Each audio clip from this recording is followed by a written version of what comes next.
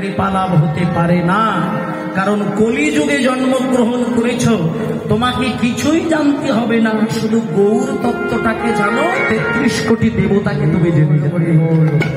এবং এই কথাটা আমার মুখের বানানো কথা নয়, এটা মুনি ঋষিগণ বলেছেন তার লেখনীর মধ্যে। দেখুন, মুনি ঋষিগণ বললেন, চারে বেদে সরদর্শন করিয়া অধ্যায়ন, চারি বেদে সরদর্শন করিয়া অধ্যায়ন, চারি বেদে সরদর্শন করিয়া অধ্যায়ন, সে যদি আমার গৌরাঙ্গ নাহি ভজে, যদি আমার গৌরাঙ্গ নাহি ভজে, সে যদি আমার গৌরাঙ্গ নাহি ভজে।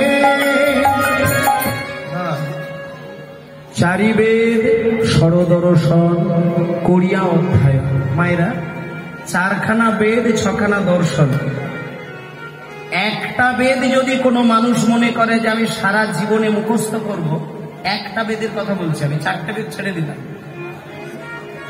একটা বেদ যদি কেউ সারা জীবন ধরে অধ্যাবসায় করে যায়, সে সারা জীবনেও বেদের অস্তিত্বই খুঁজে পাবে না। আর চারখানা বেদ, ছখানা দর্শনকে মুখস্থ করে সে যদি গৌরকে না চেনে, তার সমস্ত পাণ্ডিত্য অন্ধের মতন হয়ে যায়।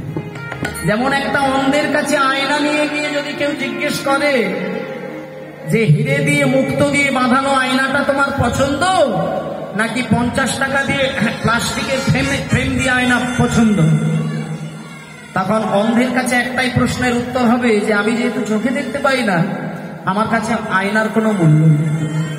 তেমন তুমি চারখানা বেদ, ছখানা দর্শন, গীতা, ভাগবত, পুরাণ, উপনিষদ সবকিছু পড়ে পড়ে তুমি জগতের একটা মহান ব্যক্তি হয়ে গেলে, কিন্তু নিতাইকে আর গৌরকে এটা তোমার জানা নেই, তোমার ওই অত পাণ্ডিত্য সব ধুলোই মিশে যাবে, তোমার কোনো পাণ্ডিত্যের কাজ হবে না।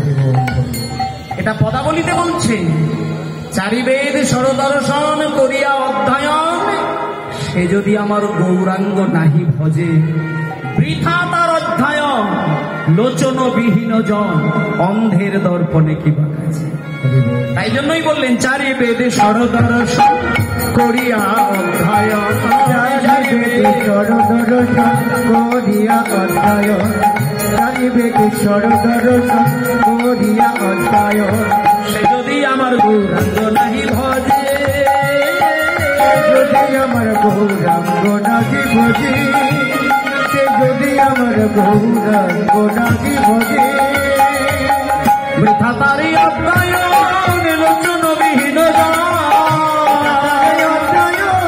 লোচন বিহীন জন, বৃথা তারি অধ্যায়ন, লোচন বিহীন জন, অন্ধের দর্পণে কি বাকাছে, অন্ধের দর্পণে কি বাকাছে, অন্ধের দর্পণে কি বাকাছে।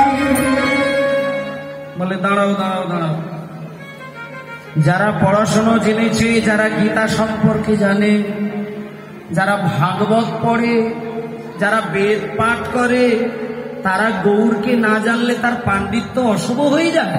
আর যারা কিছুই জানে না, গৌরকে জানে, তাহলে তাদের কি হয়? বলে যারা কোনো কিছু জানে না, সংসারের কাজ করতেই তাদের জীবন ফুরিয়ে যায়। স্বামীকে রান্না করে খেতে দেওয়া, শাশুড়ি মার যত্ন নেওয়া, শ্বশুর মশাইয়ের যত্ন নেওয়া, ছেলে পুলেদের রান্না বান্না করে পরিষ্কার করতে গিয়ে সারা জীবন কেটে যায়। কিন্তু হ্যাঁ, সকালবেলার সন্ধ্যাবেলা নিতাই আর গৌরীর চরণে কিন্তু ধূপধুনোটা দেয়। যে কিছুই জানে না, কিন্তু নিতাই গৌরীর চরণে ধূপধুনো দিয়ে কিন্তু এক ফোঁটা নয়ন ধারায় সেবা করে, তার কি উপকার হয়? সেই ক্ষেত্রে পদকর্তা বললেন, বেদ বিদ্যা দুই কিছুই নাহি জানো, কিছু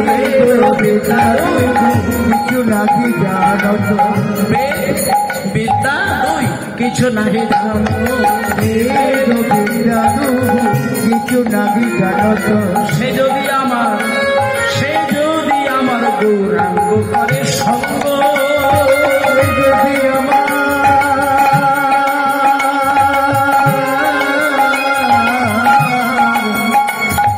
যদি আমার গৌরাঙ্গ করে সঙ্গ, সে যদি আমার গৌরাঙ্গ করে সঙ্গ,